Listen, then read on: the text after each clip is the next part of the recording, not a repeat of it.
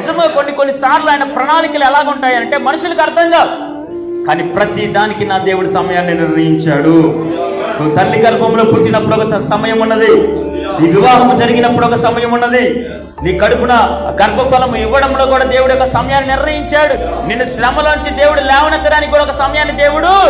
ఇప్పుడు కూడా నీ ప్రార్థన వింటున్నవాడు నీ ప్రార్థనకి ప్రతిఫలం ఇవ్వడానికి ఒక సమయాన్ని నిర్ణయించాడు. ఇటు నుంచి ఇస్సాకుని బలి ఇయ్యడానికి ఎక్కుతా ఉన్నాడు ఎవరు? అబ్రహాము. ఇటు నుంచి ఇస్సాకుని ఎత్తుకొని ఎక్కుతా ఉంటే అటేమో దేవుడు గొర్రె పిల్లలు పట్టుకొని ఎక్కుతా ఉన్నాడంట. నిజముగా అబ్రహాముకు కూడా తెలియదు 3 దినముల ప్రయాణము ఆయన చేస్తా ఉంటాడంటే దేవుడు 3 దినముల ముందే పొట్టే సిద్ధపరిచాడు. ఎప్పుడైతే అబ్రహాముని నీ కొడుకుని నాకు ఇస్తామని అడిగినప్పుడే దేవుడు సిద్ధపరిచాడంట అక్కడ. ఈరోజు నేను ఒక మాట చెప్తా ఉన్నా మీకు, ఎప్పుడైతే శ్రమ నీకు అనుగ్రహిస్తున్నాడో దానికి సమాధానం కూడా దేవుడు రెడీగా పెట్టి ఉంచాడు.